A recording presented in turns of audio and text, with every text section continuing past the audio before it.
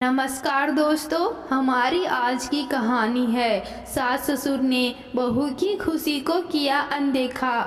आशा office से थोड़ा जल्दी निकल गई। सोचा परिवार के लिए कुछ अच्छा सा खाना और मीठा बनाती हूँ।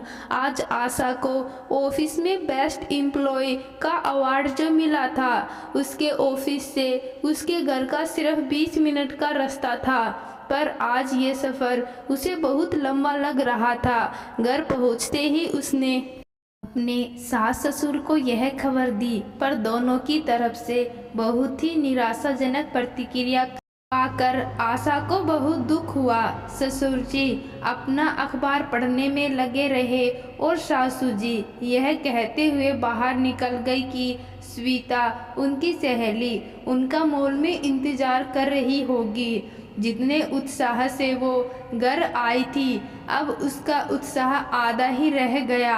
उसने सोचा पहले चाय पी लेती हूँ, फिर काम में लगती हूँ। कुछ देर बाद सुमित, उसके पति, भी अपने ऑफिस से आ गए।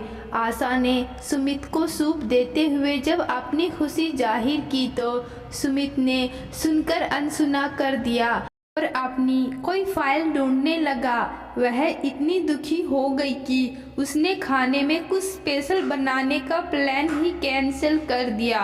उसने सोचा थोड़ा सा हलवा बना लेती हूँ, भगवान को भोग भी लगा दूंगी।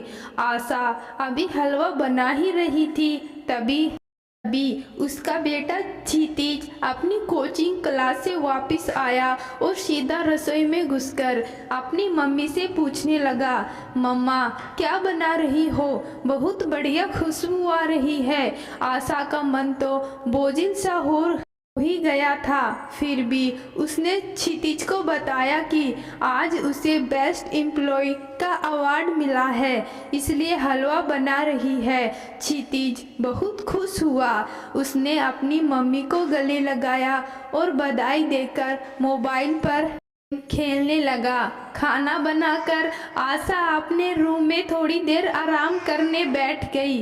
तभी उसकी बेटी प्राची अपने कॉलेज से आई और आते ही अपनी मम्मी को गले लगाया और उसने बहुत खुशी जाहिर की। आशा ने प्राची को करके अपने अवार्ड के बारे में बता दिया था, पर उसे अपनी मम्मी की आंखों में वो खुशी नहीं दिखी जिसकी उसे उम्मीद थी। उसने आशा के पास बैठते हुए उससे पूछा, क्या हुआ मम्मी, इतनी खुशी के मौके पर आप इतनी उदास क्यों हो? आशा की आंखें झलक गई।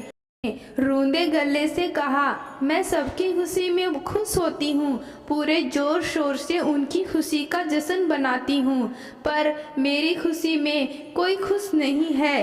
प्राची ने मुंह बनाते हुए कहा, ऐसा आप कैसे कह सकती हो? मैं तो बहुत खुश हूँ। आशा ने भराई आवाज में कहा, तेरे दादा दादी को, तेरे पापा को कोई फर्क नहीं पड़ा। मेरी बात सुनकर उन्होंने सुना ही नहीं हो। शायद वो सब ऐसा इसलिए करते हैं क्योंकि मैं उनकी मर्जी के खिलाफ नौकरी कर रही हूँ।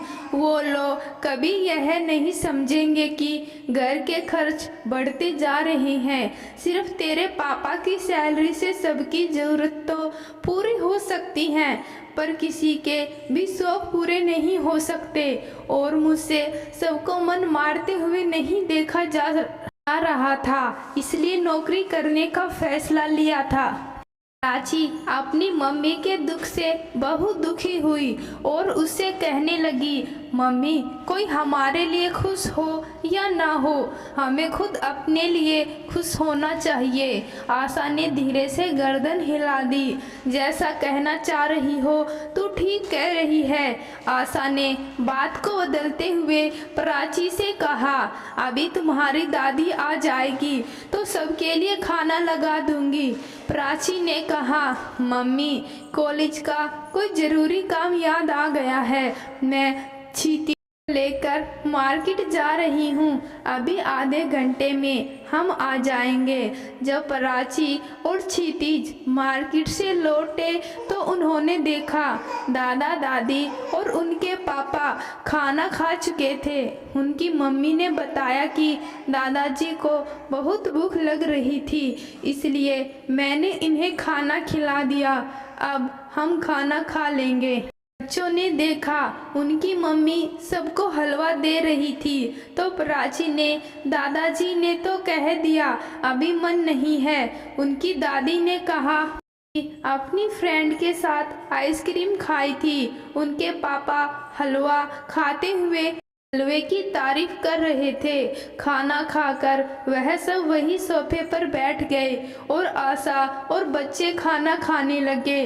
कुछ देर बाद प्राची और क्षितिज रसोई में से 3 प्लेट्स में आइसक्रीम लेकर आए और अपनी मम्मी के साथ आइसक्रीम खाने लगे। जानबूझकर वो अपने दादा दादी और पापा की पसंद की आइसक्रीम लाए थे। उनके पापा आइसक्रीम की तरफ देखते हुए कहा, अरे ये क्या अकेले अकेले आइसक्रीम खा रहे हो?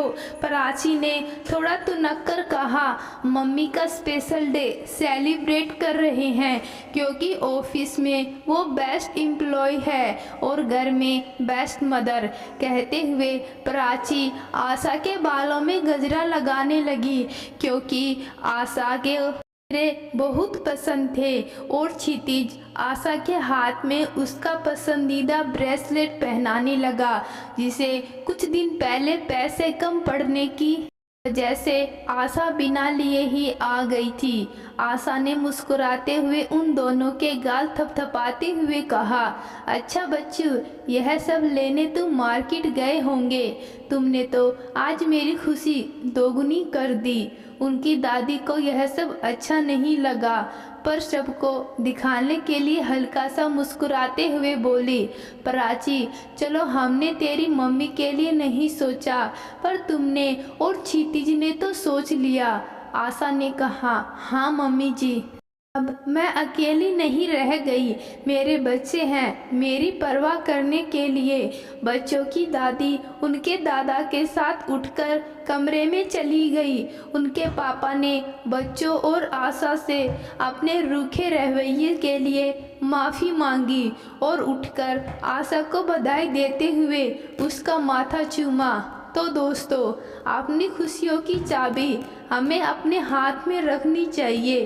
किसी की खुश होने ना होने से हमें परेशान नहीं होना चाहिए, क्योंकि जब हम सफलता पा लेंगे तो सब अपने आप हमारे पीछे आने लगेंगे। इंसान की सबसे बड़ी दौलत उसके बच्चे होते हैं। इस कहानी में आशा के बच्चों ने आशा की थोड़ी सी परवाह कर के यह साबित कर दिया कि एक स्त्री जब घर के हर सदस्य का दिल से ख्याल रखती है तो उसकी खुशियों का ख्याल भी घर वालों को रखना चाहिए।